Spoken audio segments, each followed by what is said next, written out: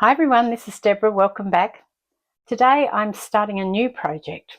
I will be continuing my doily quilt, so don't worry, I haven't finished it yet, and I will take you through to the end on that.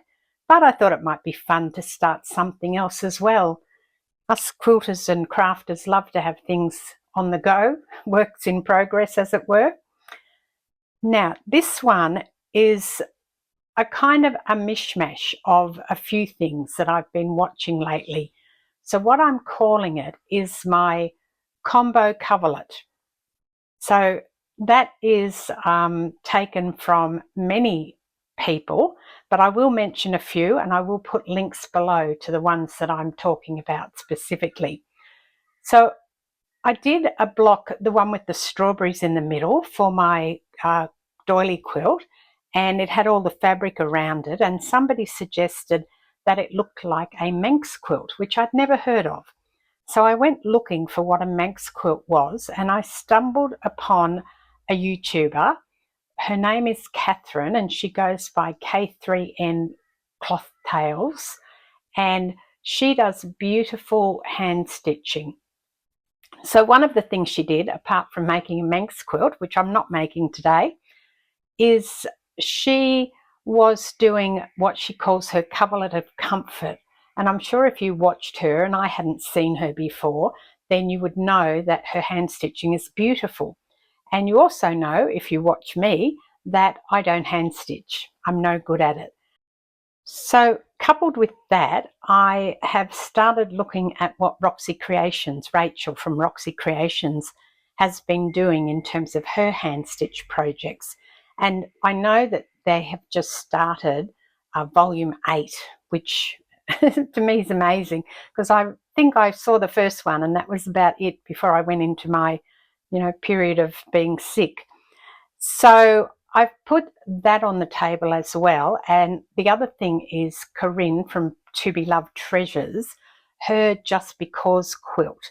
So I'm kind of combining those sorts of three things and three people, their ideas, and also other people that I see on YouTube, but they're the main ones. So how I'm going to do this and what I'm going to do in my combo coverlet, so it's a combination of a lot of things. I'm going to start by using this fabric. Now this fabric is old. I purchased, I think this was only the second lot of quilt fabric that I ever purchased. It is Martinique by Three Sisters for Moda. It may not be available. It's got to be, I'm going back probably 15 years since I've had this in my stash, and I've got a whole stack of it. I bought it for a project to make a particular quilt, and that quilt I never made. So I thought it was about time I dragged it out and used it. And the other thing I'm using is my old linens again. This morning I cut this pillowcase, and it is an old vintage pillowcase, and I cut the bottom and I cut the side open. Now the side with the seam, I could have cut that open, but I actually really like the seam. And I don't know, it's just beautiful. I'm trying to work out if it's been hand stitched. It looks a bit like hand stitching, but it is so beautiful that it may not be, or it may be, I don't know. But anyway, this is going to be one of my surfaces. So I'm going to join all these bits together when I'm finished. The other thing, I'm not putting batting or anything, or a backing. I want the other side just to be as is. And I'm using my machine because that's how I stitch. I'm not going to measure. I've cut quite a few of the strips already, but I wanted to show you how I cut them, because I don't want to measure anything. I just want it to flow naturally and not be so stressful about something being out by, an 1/8 of an inch. So this is how I cut them this morning. I've left them all folded up. Oh, that's not quite cut through, but we'll make that go through. Bit thick. What I made sure was that I'm cutting selvage to selvage so that I end up with a long strip. If you cut the other way, you'll end up with short strips and it probably won't look that good, or you'll have less options with them. I'm not even measuring the width or anything of them, just cutting them and adding them to my pile. I think I'm going to start actually with a few and cut them into a length. What length? Not sure. Maybe if I put them all down, let's start by stacking them all on top of one another, roughly, because remember this is a low pressure, no stress, my way of quilting this. Not how I normally quilt. I'm always quilting and unpicking things because, you know, I'm terrible at getting things to line up. With this quilt or this coverlet that I'm making, I'm not going to line anything up. And this will just be one section of the particular coverlet. It's going to be different all over, and I'm going to try different techniques and things all over it. Where am I going? I've got another one there, and I think that's about it. Now, I think, do I want them all the same size? I'm just going to cut them off in the first instance and see how that turns out. Maybe about there. There you go. I've got some strips. And go and sew these and see what that's like for a start. And then if I don't like what I've done, I guess then I'll come back and cut them a bit neater or something. But let's go to the machine and see how we go with that now. If you're wondering what I'm doing, just bear with me and you will see in a moment what happens or what I'm thinking. Again, these things are in my head, and sometimes what's in my head doesn't translate to the paper or the actual version of what I've got in my head. So we'll just wait and see if it actually comes to fruition.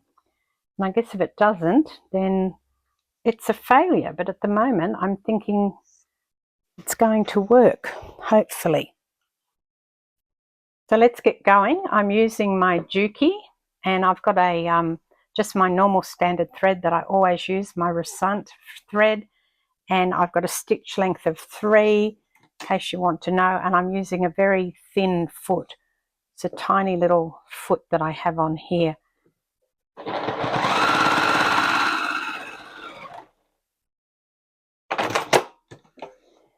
And I'm just doing, I guess, a quilt as you go, if you like to call it that, but it's really just stitching things on as I'm going. And I'm not worrying about where I started. I just started randomly on the piece.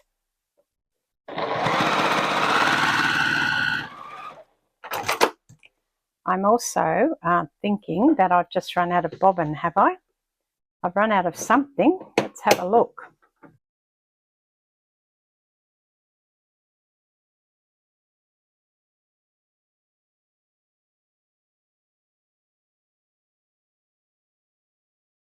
I'm wondering if 5's enough. I think it might be enough. So now I'm going to take this one. So that one will go down there. I'm not going to tack that down just yet because I actually want to turn it over, and this one too, because it'll catch the raw edges of the next one that goes in. I'm going to start the next one here, and I want to make sure that that will go under there when I turn that over. Okay, so let's turn our piece and quilt this bit down. Another bit here. I'm not worrying about what I'm picking from the pile either.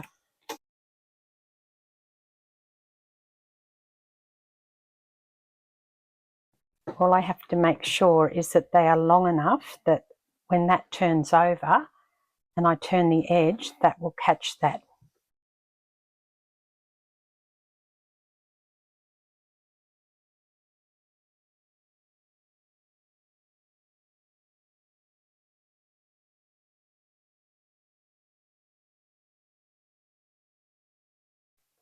What I do want to also make sure is that this block here, I'm using that term loosely, goes to the end of this. Put another piece down.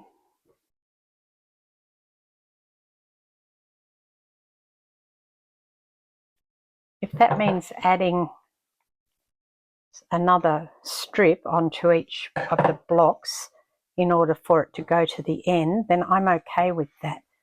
I mean, I've done 5, but it doesn't have to be 5. I think that that should be okay, like that. So I'm going to start my next block here. Again, not bothering about which colour or anything I'm using. And just flip it around. So it should be quite quick, I'm hoping.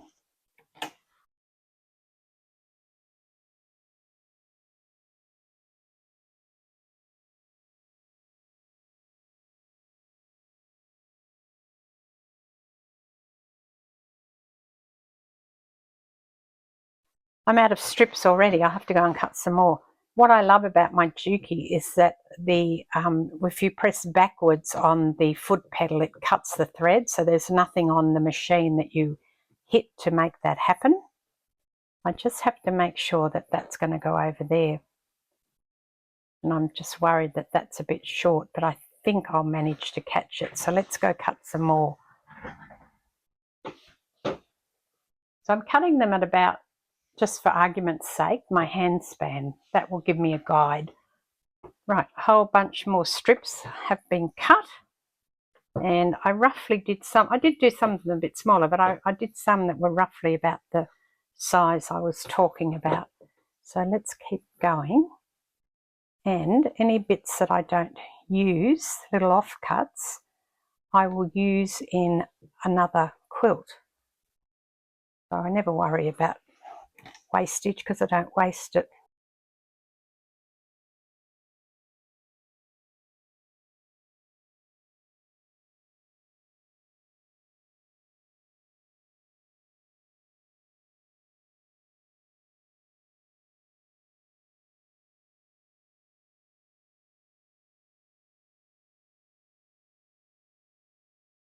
Where's a brown? Here's a brown. Say I'm not looking at what I'm doing in colours, but it's hard not to, isn't it?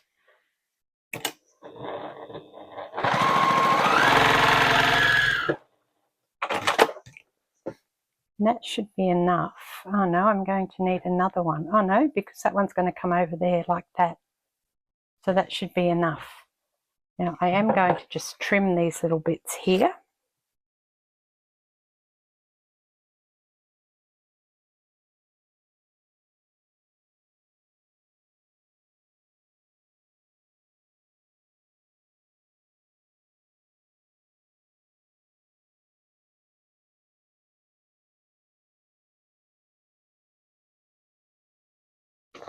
I've gone to the iron and just pressed all those over so you could see how that's going to work. I didn't press that one, but these two, you can see I've turned them over, and just get that so that the light isn't shining, but yeah, so you can see I've turned them over.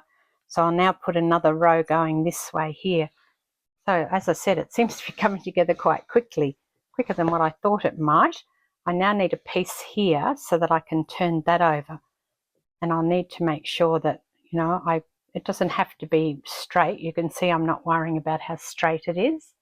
I'm just putting them on at the moment. So let's get this piece here maybe and put it under here. So it needs, oh sorry, it'll go over that to hide those edges, but it will be under here. So I probably can put that back. And then I need to make sure that I'll turn it like that, and that when I turn it, that it's going to be covering all of that still. So that should look like it looks like it's going to work. And I need another piece over the top now.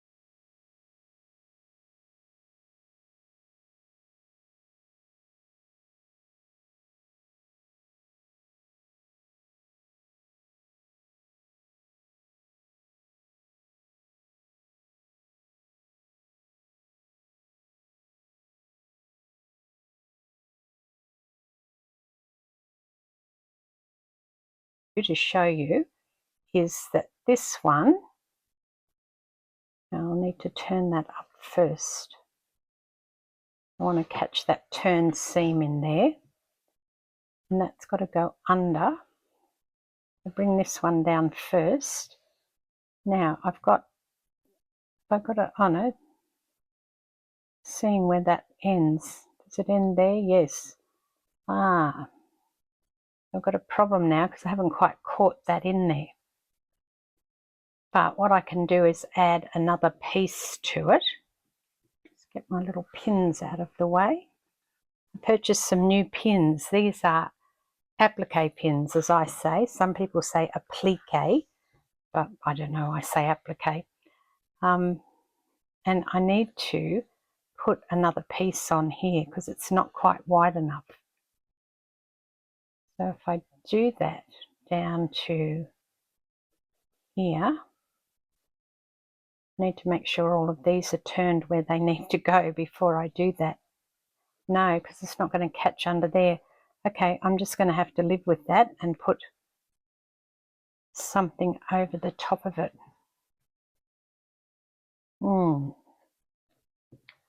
What I could do is put a faux piece over the top up here. So if I sew, like maybe I'll do this dot.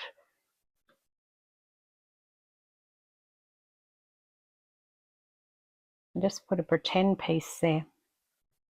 And just go and iron that. So everywhere that they're coming together, it's going to be like that. So I'm going to have this four-way fold like that. And that's okay. I don't have a problem with that. I just hadn't really thought that that's about, what happened in the center here. But I'm liking how it looks. I'm going to do a bit more and then I will show you a bit more of it once I've sewn it down a bit more. So now this is the edge piece, and so I need one that goes this way and then one that comes this way. So let's do that way first. I've got little bits like this, and that should be fine. I need to make sure I fold that back and that I put it so it's kind of like, along, so when I roll it over it's going to be where I want it.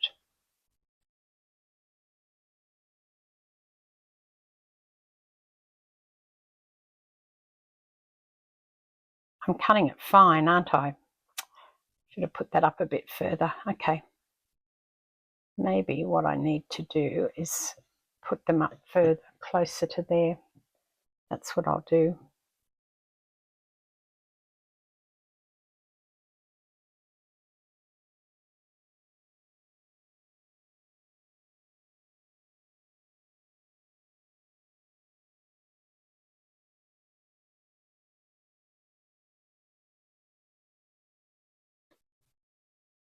I'm not sure what's happening on the edge of the fabric yet.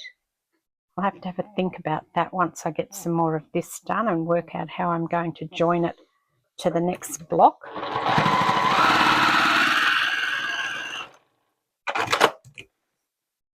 I may include some of Roxy's Journal of Stitchery Volume 8. I saw she had one out this morning which talks about your favourite doily. But of course, as you know, I'm doing the whole doily quilt. So I'm not going to do that one in this quilt, or I may, but I don't think I will at the moment. But the other challenges or prompts I might do.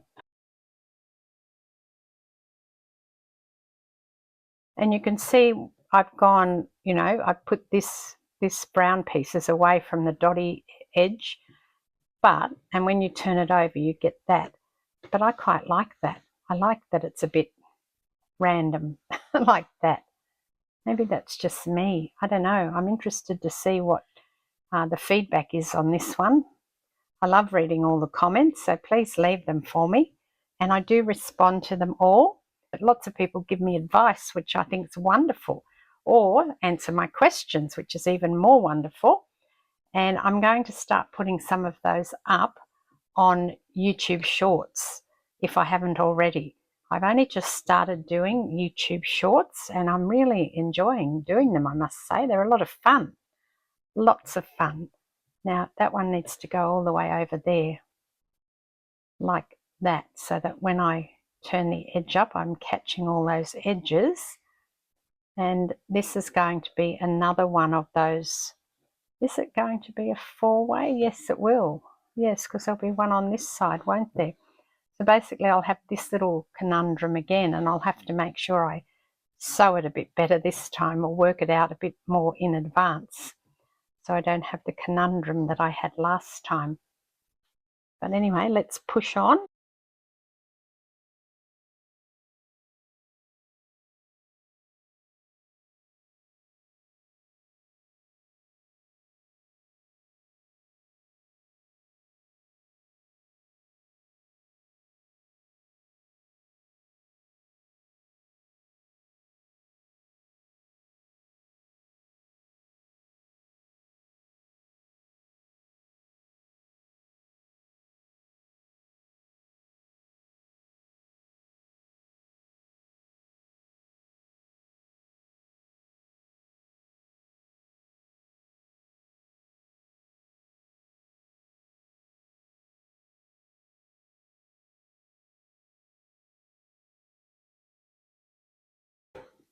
Now, I've sewn that a bit too far, but I can just pull it back like that and then cut it. Because I'm not back tacking, it's easier for me to do that, just to get it lined up. As long as I don't sew it short, that's the problem when I sew it short.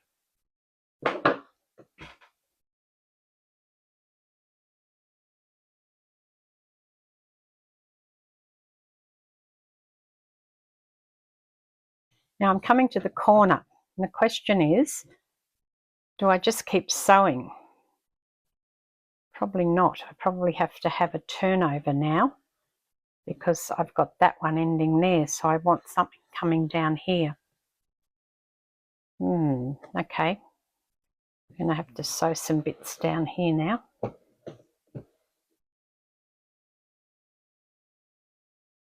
These will just be short bits. If I could find some of those bits I cut off, it'd be good.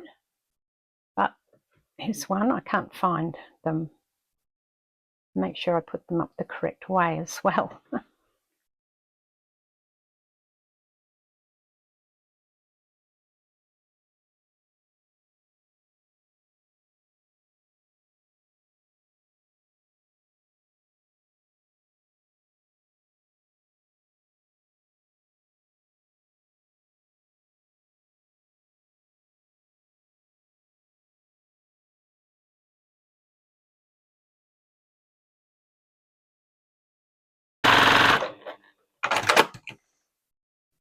All right, so that is to the end, and that will come over there like that. So I'm going to go and see about how to resolve this and iron it up and show you back at the table.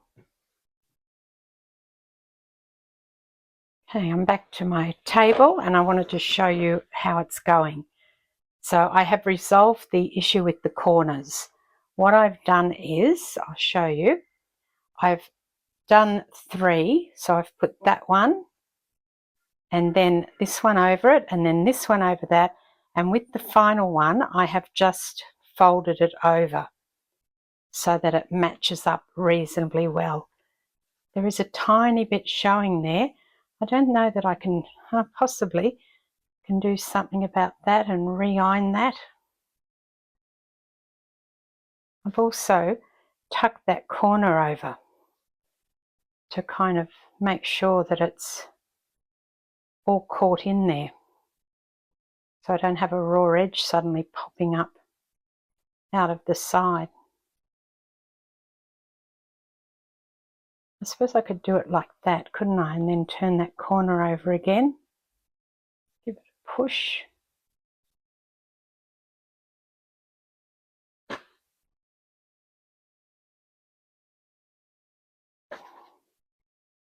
And then I've gone back and changed that one too. And where am I up to? Oh, I was up to here.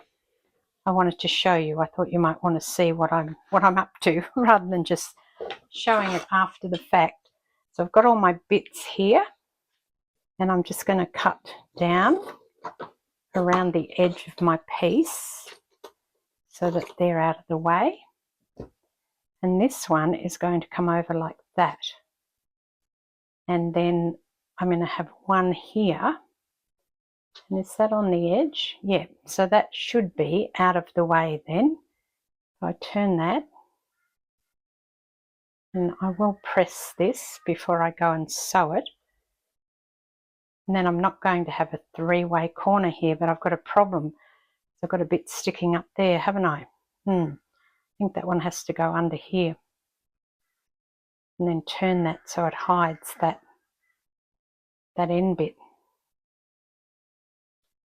Now what I might do? I might do another piece running through here first so that I can turn it to the edge, and then you won't have this issue I've got now. I think that might be the way to go. So I'll just cut some of that off too. I think all that's good. It is a little bit fiddly, I'm not going to lie. I thought that it would be less fiddly than what it is at the moment, but maybe I just need to get into the rhythm. And I'm only doing this bit. I'm not doing the whole coverlet like this. I'm only doing that bit there. And that's going to go there like that. If that's not perfectly straight, I really don't care about that either. I'm liking these new pins, I must say. I got them off Amazon because I was so sick of those other pins not being able to push through fabric. So I thought I would try the applique pins, and so far I'm liking what I've got. But I mean, they were, for pins, I thought they were horrendously expensive, but I guess you get what you pay for, don't you? Let me just press this.